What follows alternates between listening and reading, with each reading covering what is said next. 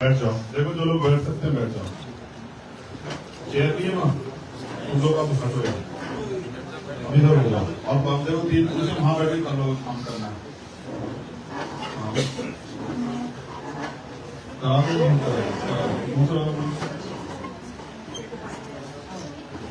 पीछे हो जाओ, नहीं बैठेंगे पीछे हो जाओगे थोड़े से। ये जगह छोटी है, आदमी ज्यादा है। ये लोग थोड़े पीछे हो जाएंगे, ये वाले थोड़े अंदर आ जाएंगे, अच्छा हो जाएगा। हो जाओ पीछे, जो बैठे बेचारे उनको भी एहसास हो कि बैठे। चलिए, मैं आज रात चाहता हूँ आप सब लोगों से जिन पे बैठने की जगह नहीं है। ये बराबरी नहीं है कि हम यहाँ बैठे और साथ आप लोग खड़े रहे। ये भी गैर बराबरी है, और किसी भी तरह की गैर बराबरी की मैं मुखालफत करता हूँ, उसके खिलाफ। अगर हम पे बैठने के लिए सोफे तो उनपे कम से कम कुर्सियां तो, अगर नहीं है तो फिर हम भी नीचे बैठे अच्छे लगते हैं, फिर हम कुर्सी बैठे अच्छे नहीं लगते। सब इंसान इज्जत रखते हैं, सब आदम बराबर है। यही समानता की है। तो मैं धन्यवाद दूंगा भाई तौसीफ का। मेरे बहुत प्यारे भाई हैं, बहुत अजीज। उन्होंने ऑफिस का इनोग्रेशन किया और इस अवसर पे, क्योंकि मुझमें हर साल आता है, उन्होंने मुझे भी बुलाया। आनंद जी, अविनाश जी, मनीष साठे जी, कांति जी और हमारे एडवोकेट साथी, ऑडियो साथी हैं, जिम्मेदार यहाँ पे तो चले भी गए, सुल्तान भाई छोटे, और मुशर्रफ साहब तो जो है मेरे बड़े प्यारे बड़े भाई हैं। मैं अक्सर उनसे कुछ ना कुछ सीखने के लिए उनके पास चला जाता हूँ, फोन पे सीख लेता हूँ। और तौसीफ भाई के वालिद साहब, वो भी मेरे बड़े भाई, बड़े प्यारे। रात देख के बड़ी खुशी हुई कि वो भी उम्र में आगे की जगह पीछे को हो गए। जैसे एक नारा वो लगा रहे थे कि आगे बढ़ो, तो मैं कभी मैं सोचता हूँ कि किस तरह पढ़ो, क्योंकि अगर नहीं पता होगा किस तरह पढ़ना है तो खराब है। तो मैं मुबारकबाद देता हूँ सब लोगों को। सबसे पहले तो नववर्ष की, एक नया नववर्ष आज से स्टार्ट हुआ। ये नववर्ष आपकी जिंदगी में खुशहाली लाए। पूरे देश दुनिया में रहने वाले सोशल मीडिया के माध्यम से जो लोग हमें सुनेंगे उनके लिए भी मुबारकबाद, उनके लिए बधाई, हार्दिक शुभेच्छा कि स्वस्थ रहें, दीर्घायु हों, आगे बढ़े और जिस काम में वो अपने अपने काम में डटे, वो काम में कामयाब हो, दुनिया में हमारा मुल्क तरक्की करे, हमारा मुल्क मजबूत हो, इसकी आपसी प्यार, एकता, भाईचारा बना रहे, बहन बेटियों का सम्मान आगे बढ़े, उनको अवसर मिले। देश में जिसमें बहुत कमी है, मजदूरों को, किसानों को, नौजवानों को अवसर मिले, उनका सम्मान सुरक्षित रहे, और तमाम जो अलग अलग प्रोफेशन के लोग हैं वो भी अपने काम में तरक्की करें। ऐसी नववर्ष में मेरी हार्दिक शुभेच्छा। फिर आज शौर्य दिवस भी है, तो शौर्य दिवस की भी बधाई। मैं तो हर साल ही आता हूँ 2018 से। जब पहली बार आया तो पुलिस ने 3 दिन के लिए डिटेन रखा मुंबई में, फिर वहां से कोर्ट के ऑर्डर पे छुट्टी आए तो यहाँ डिटेन कर लिया पुणे में। तो संकल्प था कि भाई जाएंगे तो जाएंगे, तो फिर गए तो देखा तो एक ऐतिहासिक नजारा था, बड़ा अच्छा लगा। और उसके बाद तो हर साल का हो गया, हर बार सबको पता मैं आता ही, तो किसी को बताने की जरूरत ही नहीं। हर बार चीज अच्छी, बीच में 2 बार कोरोना की वजह से डिस्टर्ब हुआ, कम लोगों को बहुत मिनिमाइज उसमें जाना पड़ा। ठीक है, वो अच्छा है, लोगों की जान की सलामती के लिए अच्छा था सरकार ने जो किया, मैं उससे कोई आपत्ति जाहिर नहीं करता। मैं आज के शुभ अवसर पे, मंगल अवसर पे अपने उन महापुरुषों को भी याद करता हूँ जिनकी वजह से हमारे जीवन में उजाला है। अगर वो महापुरुष न होते तो शायद आज हमारी जिंदगी इतनी खुशहाल नहीं होती, बैठने के लिए कुर्सी हमें ना मिलती, इतने अच्छे कपड़े पहनने का, बात रखने का, स्वागत सम्मान सत्कार हासिल करने का मौका नहीं मिलता। इसके लिए भी बहुत सारे महापुरुषों का योगदान है, उनको भी नहीं भूलना चाहिए, क्योंकि हमें कमी है कि भूलते बहुत है। अगर हम याद रखें तो शायद समस्या की इतनी समस्या हमारे जीवन में ना। कई चीजें हैं जो मेरे दिमाग में आज चल रही थी, मैं गाड़ी में बात करते हुए जा रहा था आनंद को, अविनाश को और जो भी जिम्मेदार लोग हमारे साथ थे, मैंने उनको कई बार डांटा, समझाया। और एक बात जो मेरे जहन में थी, मुझे उसको सबके सामने कहने में कोई तकलीफ नहीं कि मैंने आज गुलामों को खुश होते देखा। आज मैंने गुलामों को खुश होते देखा, नाचते देखा, कूदते देखा, मुस्कुराते देखा, नारे लगाते देखा। मुझे बड़ी खुशी हुई कि गुलाम भी कभी कभी गुलामी में आनंद ले लेते। मैं जब पढ़ता था महापुरुषों को, मैंने गुलामगिरी पढ़ी तो मुझे उसमें कुछ ऐसा एहसास हुआ। आज भी मेरे जज्बात वही जिंदा है। बाबा साहब को जब मैं पढ़ता हूँ, कहते हैं गुलाम को गुलामी का एहसास करा दो, वो अपनी बेटियां स्वयं काट लेगा। हमारे और काशीराम साहब ने भी गुलामों को कहा कि गुलामी की बेटियां काटी जा सकती है। लेकिन बुरा ये है कि आज का जो गुलाम है वो गुलामी में खुश है, तो उसको एहसास नहीं है। जिसका एहसास मर जाता है बस उसमें उसको उसका जिंदा होना मरना कोई बहुत बड़ी बात नहीं। देखो मैं आपकी तरफ और इस बात की तरफ ले जाता हूँ, बहुत अच्छी बात है महाराष्ट्र में कल्चरल मूवमेंट है, होनी चाहिए, मुझे इस बात की बड़ी खुशी कि कल्चरल मूवमेंट है, लेकिन अगर सही को सही और गलत को गलत नहीं कहा तो खराब हो जाए। या फिर हम इस कल्चरल मूवमेंट को के लिए मैं धन्यवाद देता हूँ जो कल्चरल मूवमेंट चल रही है। मैं बहुत धन्यवाद दूंगा जो बहनें हमारी बैठी हैं, छोटी बच्चियां जो हमारी सामने हुई, उनका भी बहुत धन्यवाद। उनको इग्नोर नहीं किया जा सकता। मैं तो कोशिश करता कि जब मैं संचालन कर रहा था किसी को मौका भी देता कि वो महिलाओं को भी अवसर मिलना चाहिए। तो मैंने ये महसूस किया कि कल्चरल मूवमेंट है, कई बड़े बड़े इवेंट होते हैं, जैसे अभी हम पिछले इवेंट में कब आए थे हम लोग नागपुर में, क्या था, धम्म दीक्षा का कार्यक्रम था, धाम चक्र परिवर्तन, काफी बड़ी संख्या में लोग जुटे थे दशहरे के समय में, और 6 दिसंबर को भी हम लोग बड़े पैमाने में जुटते हैं, मुंबई चेते होंगे, और हम लोग 14 अप्रैल को भी बहुत बड़े पैमाने में जुटते हैं, और भीमा कोरेगांव वाले दिन भी बहुत बड़े पैमाने में जुटते हैं। मैंने इसका एक वो निकाला, जबकि मैं उस तरह से नहीं सोच रहा हूँ, लेकिन क्योंकि सोचने का काम पढ़े लिखे लोग सोचेंगे तो क्या करेंगे, और वकील भी सोचेगा तो क्या करेगा, एज ए प्रोफेशन मैं भी वकील हूँ।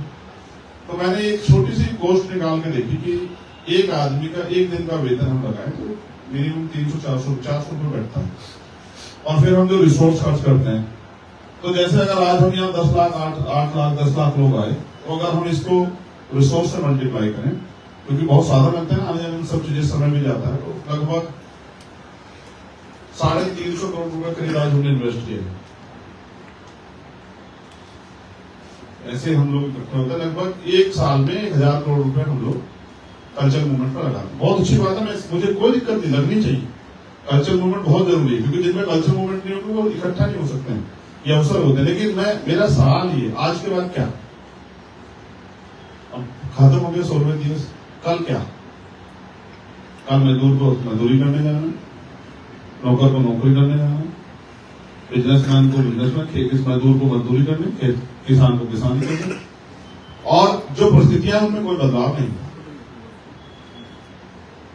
ना हमारी कोई बहुत ताकत अर्जित हुई है। मुझे इस बात की बड़ी खुशी, बड़े पैमाने पर इकट्ठा, लेकिन मुझे ऐसा लगता है कि एक दिन हम अपने अधिकारों के लिए संघर्ष करने के लिए इतने बड़े पैमाने पर जुट जाएं, तो मैं मानता हूं कि सरकारों की हिम्मत नहीं होगी कि आपके खिलाफ एक सिंगल कानून बना, एक सिंगल आपके अधिकार छीनना, दबाना, लूटना तो बहुत दूर की बात है।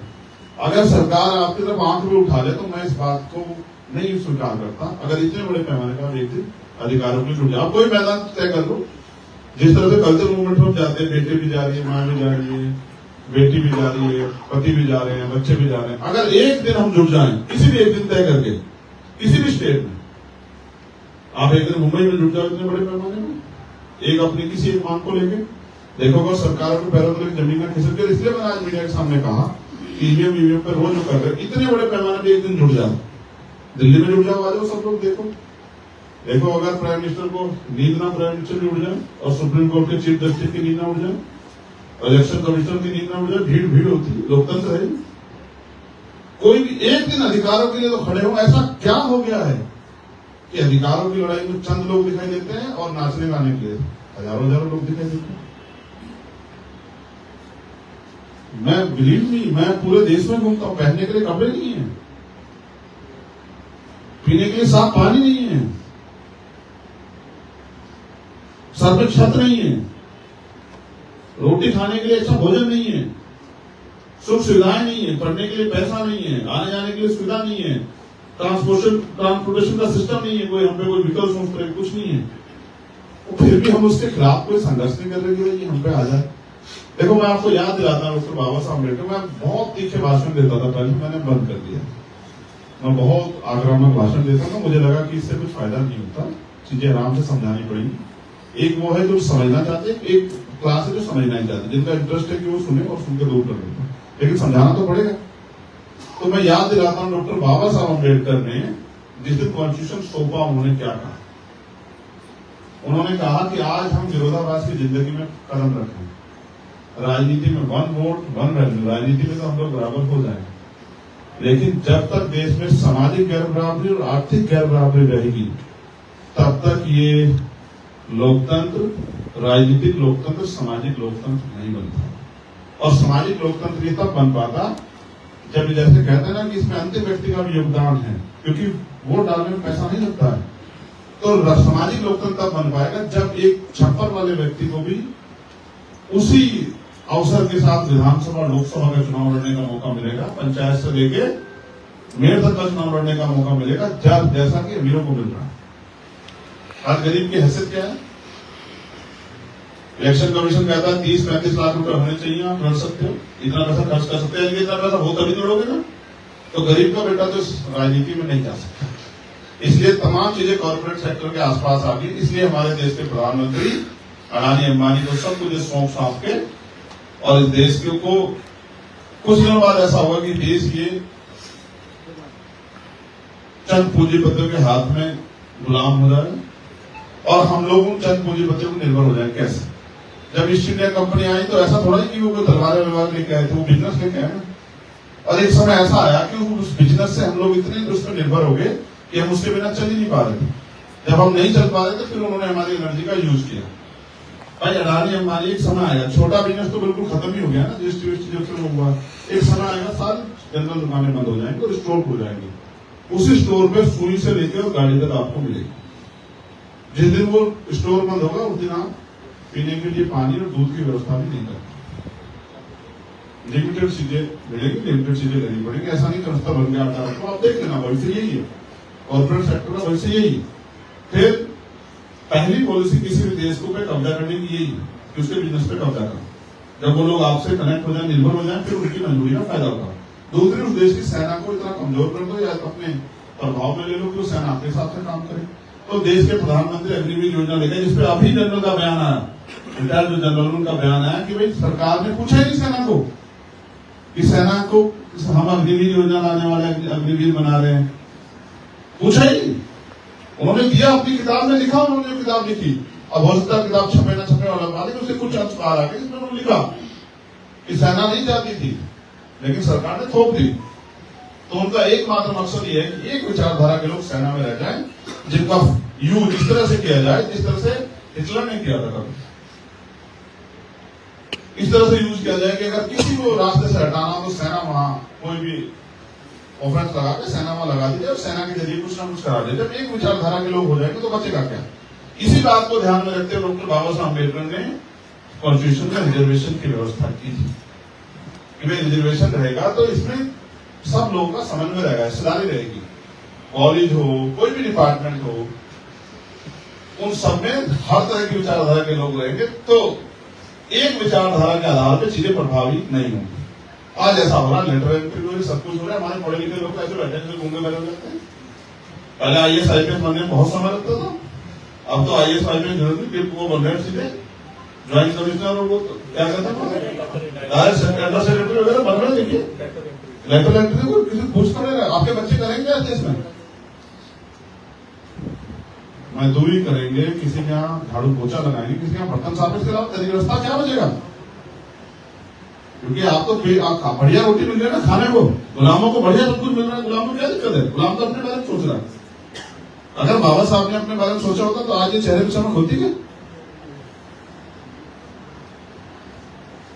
चलो मैं याद दिलाता हूँ आपको 1 जनवरी 1858 क्या था। वो 1 जनवरी 1858 जिस पे मुशर्रफ साहब ने बात रखी, वो सदियों का जो अपमान था, क्योंकि कहा जाता है कि आदमी भूखा रह सकता नहीं, पानी भूखे नहीं रह सकता।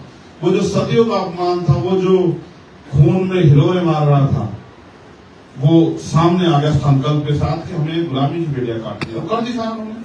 अब देखो आज इतनी बड़ी फौज है, देश भर में इतने बड़े संगठन, इतना सब कुछ, ना तो गुलामों को कुछ करने को है, ना गुलामों को कुछ संकल्प।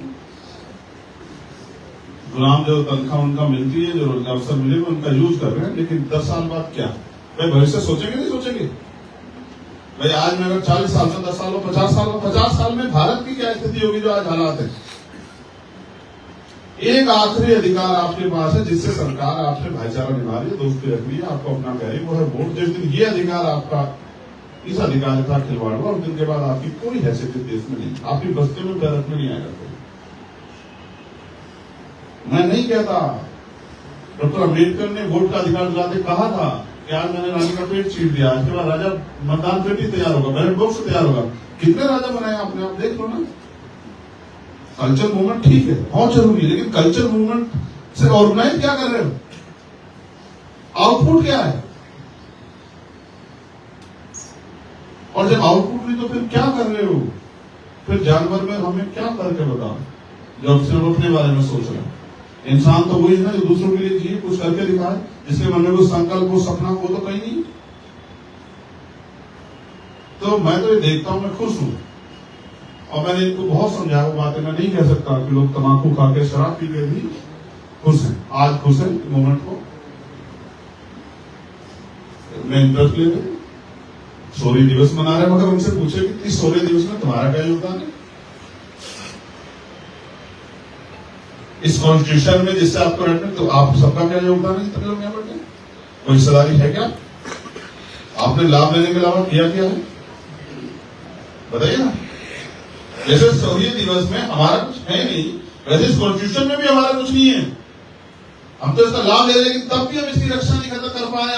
आज इसको बिल्कुल निस्तारभूत किया जा रहा है। 141 MP बाहर कर दिए गए, और अपनी मन मर्जी के एक जो सबसे बड़ी दिक्कत खड़ी हो रही थी कि chief justice of India include हो रहे थे उसमें, जब इलेक्शन कमीशन का वो होगा, चुनाव होगा, इलेक्शन कमीशन का जब चयन होगा तो चीफ जस्टिस ऑफ इंडिया को बैठना पड़ेगा, तो उनको हटा दे चुपचाप। आज ड्राइवर सब लोग सड़कों पे, उनके ऊपर एक नया वो रिटर्न में वो नया वो कर दिया कि भाई 7 लाख रुपए का जुर्माना और 10 साल की सजा, तो वो बेचारे सड़कों पे। ये सजा आपको होगी सबको। आज उनका नंबर है, कल आपका नंबर है। देश में समय समय पर सब पिट रहे हैं। कभी एनआरसी में मुस्लिम भाइयों का इलाज होता है, कभी 2 अप्रैल में एससी एक्ट पे आपका इलाज होता है, कभी किसानों का इलाज होता है कॉर्पोरेट सेक्टर के जरिए, और कभी निजीकरण और सबके दलित, पिछड़े, आदिवासी, मुसलमान, जैन, सिख, बौद्ध, ईसाई सबका इलाज होता है। लेकिन गजब की बात है, इसके खिलाफ हो क्या रहा? इलेक्शन आते हैं, हारते कह देते हैं सारे ईवीएम से हार गए, ईवीएम से, देन फिर अगले इलेक्शन का इंतजार करते हैं, फिर अगला इलेक्शन लड़ते, फिर आते कह देते हैं। ना मेहनत करते हैं, ना तैयारी करते हैं, ना कोई स्ट्रेटेजी बनाते, कुछ भी तो नहीं करते। तो मैं समझता हूं कि हम अपनी स्थिति के जिम्मेदार खुद हैं, क्योंकि हम कुछ करना है। हम बातें बहुत अच्छी करते हैं, जैसे हमारे कांति ने कहा, हमारे प्यारे भाई ने कहा कि भाई रिजल्ट चाहे कुछ भी, क्यों रिजल्ट कुछ हो, रिजल्ट वही होगा जो हम चाहेंगे, अगर हम पूरी ईमानदार से काम करें। कोई रोक नहीं सकता हमें, अगर हम पूरी ईमानदार से, शिद्दत से अपनी कीमत चुकाएं। सुनिए, जिसके अंदर क्षमता नहीं होती वो किस्मत के सहारे बैठता है, जिसके अंदर हिम्मत होती है वो किस्मत के सहारे नहीं बैठता, वो कर्म करके दिखाता है। ऐसा होता तो कोई नया व्यक्ति पैदा ही नहीं होता। ऐसा होता तो आज इस दुनिया में नई किसी चीज का आविष्कार नहीं होता। बुद्धि, बल, मैं ये समझता हूं, जहां मैंने महसूस किया एक चीज और थी उनके बाद, मुशर्रफ भाई, उनका मनोबल ऊंचा था। उनको सामने सिर्फ अपना लक्ष्य दिख रहा था, संख्या नहीं दिख रही थी, इसलिए वो जीते। अगर उस संख्या में काउंट कर देना कि 58-21 में तो हार जाते। उनका मनोबल ऊंचा था। काशीराम साहब कहते थे कि 5 तरह की शक्ति होती है, 5 तरह के बल होते हैं लोगों के पास, समाज के तौर पर भी और व्यक्तिगत भी। जब वो मूवमेंट की बात बताते तो कहते हैं पहला होता है बुद्धिबल, जो कुदरती उसको मिलता है। दूसरा होता है बाहुबल, जो उसके शरीर की शक्ति होती है। तीसरा होता है धनबल, जो वो मेहनत करके अर्जित करता है या उसको पैतृक रूप से मिलता है। चौथा होता है ये लोकतंत्र, जनबल, उसके समुदाय का, उसके क्षेत्र का जो संख्या था। पांचवा होता है मनोबल। अगर ये मनोबल गिरा हुआ है तो चारों बल बेकार है। तो हमारा मनोबल गिरा हुआ है।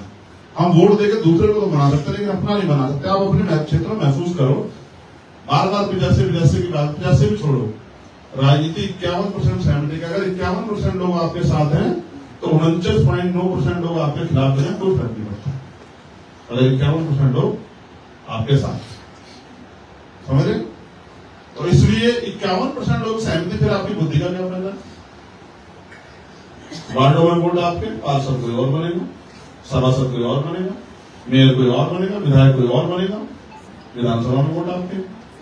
आप अपने समुदाय को भी इकट्ठा नहीं कर सकते, क्योंकि आपका पेट भर गया, इसलिए आपको तकलीफ हो रही। जिनके पेट में भूख है या जिनके दिल में ठेस लगी है, वो बेचारे कुछ करने की कोशिश करें, बाकी किसी लोग को परवाह नहीं। जब तक ये बात हर व्यक्ति तक नहीं जाएगी और अपनी सोशल रिस्पॉन्सिबिलिटी हम लोग नहीं समझेंगे, तो फिर ऐसा होता, मेरा तजुर्बा है, अगर आदमी का पेट छका हुआ और अच्छा सा माहौल मिल जाए तो आदमी पढ़ के सो जाता है। सिनेमा हॉल गए कभी? कुछ लोग सिनेमा हॉल में जाके आराम से सो जाते हैं क्योंकि पेट भरा होता है और ठंडी ठंडी हवा लगती है, एकदम नींद आ जाती है। ये कब होता है? नींद किसको नहीं आती? जिसके सपने पूरे नहीं होते। नींद किसको नहीं आती? जिसके मन में पीड़ होती है। जब तक इतिहास नहीं पढ़ोगे तो संघर्ष कैसे पैदा होगा, पीड़ कैसे पैदा होगा? जब तक दर्द नहीं पैदा होगा तो आप दवाई का इंतजाम क्यों करोगे? मैं आपका नाम नहीं जानता, मगर मैं आपको ये पूछूं कि मगर बिना आपके पेट दर्द के आपको पेट दर्द की दवा तो आप ले लोगे? बुखार की दवा दूं? और जब आपको बुखार हो रहा हो तो फिर बिना पूछे दवाई ढूंढोगे नहीं ढूंढोगे? जब तक बाबा साहब ने कहा ना कि इतिहास आदमी को सीख देता है। जिस व्यक्ति को, जिस समाज को, जिस कौम को अपना इतिहास नहीं पता वो अपने भविष्य का निर्माण नहीं कर सकता। तो जब आपको इतिहास की जानकारी नहीं है, आपको एहसास ही नहीं है कि वो क्यों लड़े, जिनके लिए शौर्य दिवस, जिनकी वजह से आज शौर्य दिवस मनाने का मौका मिल रहा है, वो क्यों लड़े? अगर आपको ये नहीं पता तो फिर क्या फायदा? वो उस अपमान के खिलाफ लड़े जो उस अपमान को उन्होंने महसूस किया। वरना तो एक कहानी और मुझे जो आपको सुनानी है, जो राष्ट्रपिता ज्योतिबा फूले जी के साथ घटी। जब उनको अपमानित किया गया शादी समारोह में, वो गए और जब जिनसे पूछा, जो दूसरे लोग उनके पास आए, उनसे पूछा कि भाई, उन्होंने पूछा भाई आप यहाँ क्यों बैठे हो? तो उन्होंने कहा आज मेरा अपमान हो गया, मैं शादी समारोह में गया तो मुझे बहुत बेइज्जत करके अपमान करके निकाला गया, तो मेरा मन कर रहा है कि मैं सुसाइड कर दूं। तो उन्होंने कहा अरे जो आपके साथ हो रहा है ये तो हमारे साथ रोज होता, हम तो मरते नहीं। तो तब उनकी दिमाग में एकदम ये बात उनको क्लिक करी कि भाई इनको ये शिक्षित नहीं, इसलिए इनको अपमान का एहसास नहीं। तो जिस दिन उन्होंने अपमान का एहसास किया वो लड़े और उनकी वजह से आज हम 200 साल बाद नहीं 226 वर्ष लड़ रहे हैं। हम नालायक भी 226वें गार्ड में शौर्य दिवस मना रहे हैं, बाकी हमारा हमने कुछ किया नहीं, चीटी नहीं मारी हमने। हम तो अब तो लोकतंत्र है, राजतंत्र भी नहीं कि किसी को मारना है, बटन ही तो दबाना है, वो भी नहीं कर पा रहे हैं। तो देखो हमारे पूर्वज क्या थे और उन पूर्वजों की संतान देखो क्या। तो अपने आप को लायक कहने से पहले एक बार अपने अंदर जरूर झांके कि हम काम करें। मैं आपको ये नहीं कहता कि 10 साल में क्या होगा, मैं आपको ये जिम्मेदार से कहता हूं कि बहुत कुछ होगा, क्योंकि कोई और कर नहीं रहा, कोई और कर नहीं। आज अगर देश के संविधान पर खतरा है तो सभी दलों के रहते हैं, सबकी मौजूदगी में आया। हम लोग तो अब आए 3 साल पहले इस मैदान में, सारे दल यही थे, इनके नाक के नीचे से भाजपा सरकार बनाकर ये हालात खड़े किए और इनका नहीं पता। मुझे बहुत कड़वे शब्दों में कहना पड़ा, कौन सी पार्टी के नेता कब किसके इशारे से काम करे ये भी नहीं पता। ये भी नहीं पता कि आज जो बीजेपी में आपके यहाँ जैसे हुआ, 2 दिन पहले प्राइम मिनिस्टर कहे कि 80,000 करोड़ रुपए घोटाला है, जेल में होंगे, 2 दिन बाद वो डिप्टी चीफ मिनिस्टर बने। आप बताओ, आप सोचो, महसूस करो मैं कैसे कैसे लड़ोगे आप लड़ाई। ये चंद लोग पैसे के आधार पर राजनीति करके गरीबों को गरीब बना के रखना चाहते हैं और ये पूरी ताकत को अपने हाथ में रखना चाहते हैं। जब तक ताकत आपके हाथ में जाएगी तब तक परिवर्तन नहीं है। और बहुत आसान फॉर्मूला, लोगों को जाओ, जोड़ो, समझाओ, तैयार करो, न बिकने वाला समाज बनाओ और सत्ता अपने हाथ में लो। और जब आपके हाथ में होगी, अभी तो देखो कुछ नहीं है ना, तौसीफ को अपनी मेहनत कमाई से, अपने संघर्ष से कर रहा है। सोचो जब तौसीफ किसी कुर्सी पर बैठा होगा तब क्या होगा? जब इसके पास कोई संवैधानिक ताकत होगी तब देखो किस तरह काम करेंगे। तो बात है दृढ़ संकल्प की, इच्छा शक्ति की और मनोबल की। ये 3 चीजें हमारे लोगों में खत्म होगी इस वजह से हम इस हालात में। तो बहुत बहुत बधाई शौर्य दिवस की, जिसमें आपका कोई रोल नहीं, मेरा भी कोई रोल नहीं। आगे जो आएंगे उनकी भी बधाई दे देता हूँ, मगर मैं आपसे फिर कहता हूँ आपकी आने वाली नस्लें आपको क्यों याद करें और क्यों आपकी गुनाहों को, गलतियों को माफ करें, इसके बारे में सोचें। क्योंकि अगर इनके जो भी संभव है हमारी लापरवाही की वजह से अगर लोकतंत्र को, संविधान को नुकसान हुआ तो हमारी आने वाली नस्लें दुश्मन से भाई लड़े ना लड़े, लेकिन हमारे से जरूर लड़ेगी ना। एक आखिरी बात मुझे आपसे कहनी, मैं अपने सभी वक्ताओं से, दुश्मन को कोसना बंद करो, कुछ करके दिखाओ। हमने एक बहुत बड़ा काम है, हम साधी एनर्जी कभी पर लगा देते हैं। दुश्मन ये कर रहा है, आरएसएस ये कर रहा है, फलाना ये कर रहा है, भाजपा। तुम क्या कर रहे हो? तुमसे कोई पूछे तुम क्या कर रहे हो? तो नील बटे सन्नाटा। भाई वो कुछ कर रहे हैं, वो तो करेंगे। अच्छा, सत्ता में बैठ के वो अगर आपको जूते नहीं मारेंगे तो किसको जूते मारेंगे? आप लोगों को क्या? अगर सत्ता में बैठ के वो आपको कमजोर नहीं करेंगे, बेरोजगार नहीं करेंगे, ये जो ड्राइवर है ये कौन लोग हैं? सारे तो कमजोर वर्गों के लोग हैं, गरीब, कमजोर, मजलूम, यही तो लोग हैं।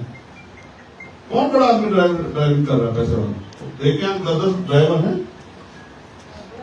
तो पूरा तरीका, पूरा षड्यंत्र आपको आर्थिक रूप से कमजोर करके इस देश में गुलामों जैसी जिंदगी जीने के लिए मजबूर करना है। आप में इतनी भी हिम्मत नहीं है कि आप एक के मुकाबले एक से लड़ लो। ऐसी हिम्मत भी मुझे आप लोगों के अंदर दिखाई नहीं देती। लेकिन अच्छा ये है कि समय पर भीम आर्मी के लोगों ने मोर्चा संभाल लिया और अपने नौजवान साथियों ने एक हिम्मत पैदा कर दी कि जब सरकार ये कह रही थी कि अनाउंस से हम लागू करा करेंगे, इन्हीं भीम आर्मी के नौजवानों ने पूरे देश भर में आंदोलन करके सरकार की नाक में बंद करके गृह मंत्री को बताया कि ये एनआरसी लागू होने वाली चीजें नहीं, ये देश में बंटवारे का मुक्त चलेगा नहीं। क्योंकि अब लोग समझदार हो गए। मैं धन्यवाद दूंगा पुनः आज भी, क्योंकि बड़े पैमाने पर जो ऊर्जा थी वहां भीमा कोरेगांव आप भी हुए थे, जो बड़ी ऊर्जा थी वो नौजवानों की थी। और मुझे कहने में बड़ा फक्र है, खुशी है, 40 से 45 साल से नीचे के 40 से नीचे के नौजवान 70% की संख्या में थे और महिलाओं की बहुत बड़ी आबादी थी। हाँ, मगर बाकी लोग तो आज सोचा कि भाई भीमा कोरेगांव नमन के अच्छा छुट्टी बना लें। देखो हम कितने अच्छे हैं। वो सर भाई बहुत कड़वी बात है, बुरी लगती है लोगों को। क्या करें अब, मीठा अब गुड़ खिलाने से तो गए ना, मैं सच्ची बताएंगे ना, नींद कड़वा आता है। एक दिन ही अगर किसी को कहोगे और मिशन का काम कर लो कर्मचारी को, तो कहता भाई एक दिन मिलता है संडे का, उस दिन बस परिवार के साथ घूमने जाना है या थोड़ा आराम करना है। ऐसे पूछो कि दफ्तर में क्या करते हो भैया, कोई रेस लगाते हो क्या? आप सोचो ना, इसका मतलब मर गया ना अंदर का जमीन।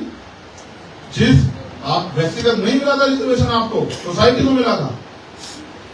आपने अपने भाई का हिस्सा खाया, आपको चाहिए पेपर टू सोसाइटी के, अपने भाई का हाथ पकड़ो, तो लोगों को जागरूक करो, तैयार करो। समाज सीधा साधा भोला वाला आपकी मेरी जिम्मेदारी बनती है कि जिस समाज की वजह से, उसके हक की वजह से हम आगे बढ़े, हम उस समाज को अपने पैरों पर खड़ा करने में कुछ ना कुछ योगदान करें। और अगर हम ये नहीं कर रहे हैं तो हमसे ज्यादा नालायक कोई नहीं हो सकता। इसलिए बाबा साहब ने कहा कि मुझे मेरे पढ़े लिखे लोगों में, तो आप सबने मुझे बड़ी गंभीरता सुना और खूब मन में महसूस भी किया कि आदमी सीधा सा हमें ही कह रहा है, तो मैं नहीं कहूंगा किसी जगह पे। यहाँ तो आप ही कहना पड़ेगा, लेकिन बस मैं आपको आपकी जिम्मेदारी का एहसास करा रहा हूँ। अगर आप अपनी जिम्मेदारी का एहसास नहीं करोगे तो जब सब लूट जाएगा, फिर मेरे आपके हाथ में कुछ बचेगा। मुझसे भी लोग कहते हैं चंद्रशेखर भाई थोड़ी सी जल्दी कर दी, मैं उनसे कहता हूँ कि इसे लोकतंत्र खत्म हो जाएगा तो चंद्रशेखर क्या करते हैं, तलवार थोड़ा लेके खड़ा होगा। आप समझो ना, आज जो हालात है लोकतंत्र के, लोकतंत्र फिर कमजोर पड़ गया, संविधान में से लोकतंत्र की जो ताकत तो चली गई, तो 5 साल बाद नहीं क्या करूंगा, बताओ ना मुझे।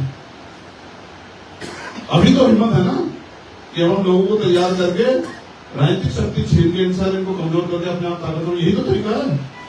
जब मैं इंतजार करूँ ये सब खत्म हो जाए तो मैं तलवार में धार लगाऊंगी, भाई चलो अपना कुछ करेंगे, इससे क्या हो जाएगा भाई। मैं फिर एक बात अपने छोटे भाई जरूर कहूंगा, देखो कोई दुश्मन नहीं है बादशाह,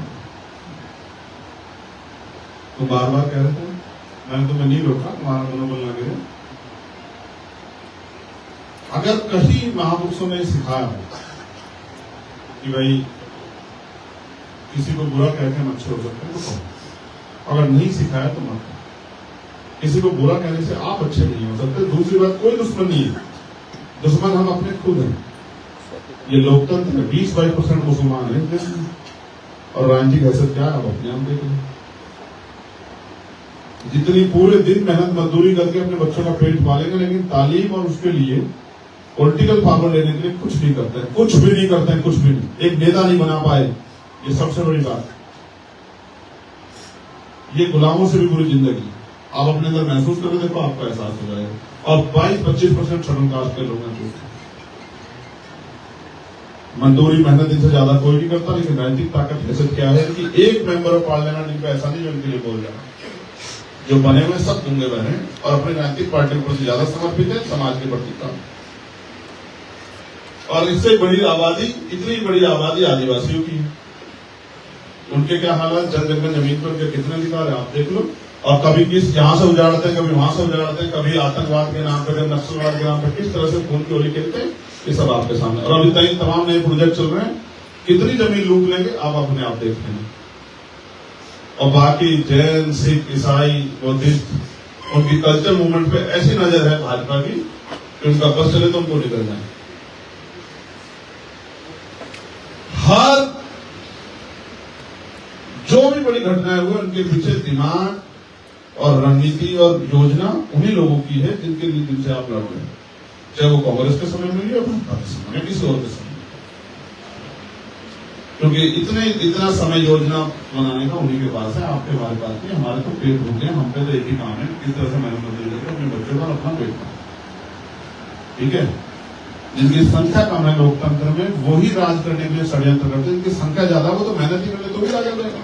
ऐसे होते यहाँ चुनाव हो जाए तो जिसने मेहनत कर रखी, जिसको लोग प्यार पसंद करते हैं, वो हाथ रह जाएगा। तो इसलिए जिनकी संख्या कम है, जैसे सोचो मैं आपको एक और उदाहरण देता हूँ, जैसे हम इधर जो लोग इस सोफे वाले में, इनमें अगर कोई आदमी 3-4 लोग चुनाव लड़े और इन्हीं को वोट करने, तो एक दूसरे की अगर किसी के पास ज्यादा संख्या बल है तो उसकी उस संख्या बल को अपनी तरफ लाने के लिए कुछ तो प्रयोग करना पड़ेगा ना। कोई पैसे से खरीदा जाएगा, कोई डराया जाएगा सिविल इनकम टैक्स के द्वारा, किसी को कोई लाभ भी दिया जाएगा, किसी को कुछ जो है भड़काया जाएगा, कुछ झगड़ा कराया जाति धर्म का। तो इस देश में जाति धर्म की झगड़ा करा के, हिंदू मुसलमान की बात करके पैसा बांट के राजनीति कौन कर रहा है, ये हमें समझना चाहिए और किसको इससे फायदा न हो। हम तो कमजोर वर्गों को जोड़ के राजनीति करने की बात कर रहे हैं। आज नहीं तो कल आपको जागना पड़ेगा, वरना इस देश में आपका इतिहास खत्म हो जाएगा, आपको पूछने वाला कोई बाकी नहीं रहेगा। ऐसा मुझे ऐसा लगता है। इसलिए मैं आप सबसे आग्रह करूंगा कि जैसे आप कल्चर मूवमेंट में खड़े होते हो तो संघर्ष में भी आया करो। ये मत सोचा करो संघर्ष में कोई और चला जाएगा, लाठी वाठी डरा मत करो। पुलिस पुलिस भी सब अपने लोग मान जाएंगे। आपकी संख्या ज्यादा तो पुलिस पुलिस लाठी चलाती, तो खड़ी रहती, तमाशा देखते रहते। किया ना आपने भीमा कोरेगांव के समय जब वो हुआ था, क्यों किया था, नहीं किया था, तो लाठी मारी का पुलिस ने। जब ये हुआ क्या नाम, एक 2018 वाला, उसके बाद हुआ था ना बंद, हुआ ना महाराष्ट्र में, ठीक है ना, 200 साल पे 3 जनवरी 2018, 6 साल हो गए ना, छठी में 2006 200 पे हुआ था ना। तो किया था ना पूरे देश प्रदेश में। चली गई लाठी? नहीं। लाठी कब चलेगी? जब आपकी संख्या कम हो। तो देखो पर्याप्त संख्या हो जाएगा ना आंदोलन, एक दिन तो जुटो, तब देखो क्या मजा आता है। तो आपने मुझे सुना, इसके लिए बहुत धन्यवाद। और तौफीक भाई को नए ऑफिस की बहुत बहुत मंगल कामनाएं। और जो साथी अभी आए, मैं उनके नाम से परिचय दी, उनका भी स्वागत सत्कार।